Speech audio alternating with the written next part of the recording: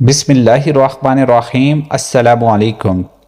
حضور صلی اللہ علیہ وسلم کے زمانہ میں ایک یہودی اور ایک منافق میں کسی بات پر جھگڑا ہو گیا۔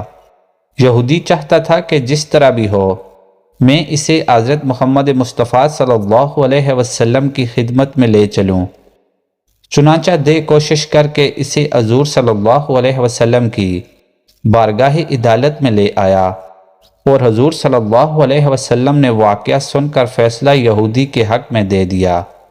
وہ منافق یہودی سے کہنے لگا کہ میں تو عمر رضی اللہ عنہ کے پاس چلوں گا اور ان کا فیصلہ منظور کروں گا۔ یہودی بولا، عجیب الٹے آدمی ہو، کوئی بڑی عدالت سے ہو کر چھوٹی عدالت میں بھی جاتا ہے؟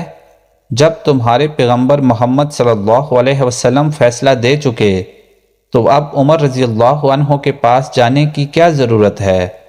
مگر وہ منافق نہ مانا اور اس یہودی کو لے کر حضرت عمر رضی اللہ عنہ کے پاس آیا اور حضرت عمر رضی اللہ عنہ سے فیصلہ طلب کرنے لگا۔ یہودی بولا، جناب پہلے میری بات سن لیجئے کہ ہم اس سے قبل محمد صلی اللہ علیہ وسلم سے فیصلہ لے آئے ہیں اور انہوں نے فیصلہ میرے حق میں دیا ہے، مگر یہ شخص اس فیصلہ پر مطمئن نہیں اور اب یہاں آپ کے پاس آ پہنچا ہے۔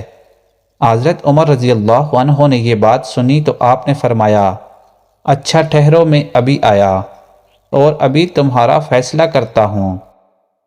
یہ کہہ کر آپ اندر تشریف لے گئے اور پھر ایک تلوار لے کر نکلے اور اس منافق کی گردن پر رکھتے ہوئے ماری کہ جو حضور صلی اللہ علیہ وسلم کا فیصلہ نہ مانے، اس کا فیصلہ یہ ہے۔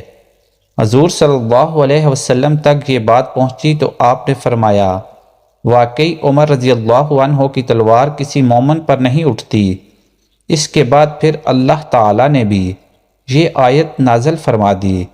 ترجمہ: تیرے رب کی قسم، یہ لوگ کبھی مومن نہیں ہو سکتے جب تک تمہیں یا رسول اللہ صلی اللہ علیہ وسلم اپنا حاکم نہ مانیں اور تیرا فیصلہ تسلیم نہ کریں۔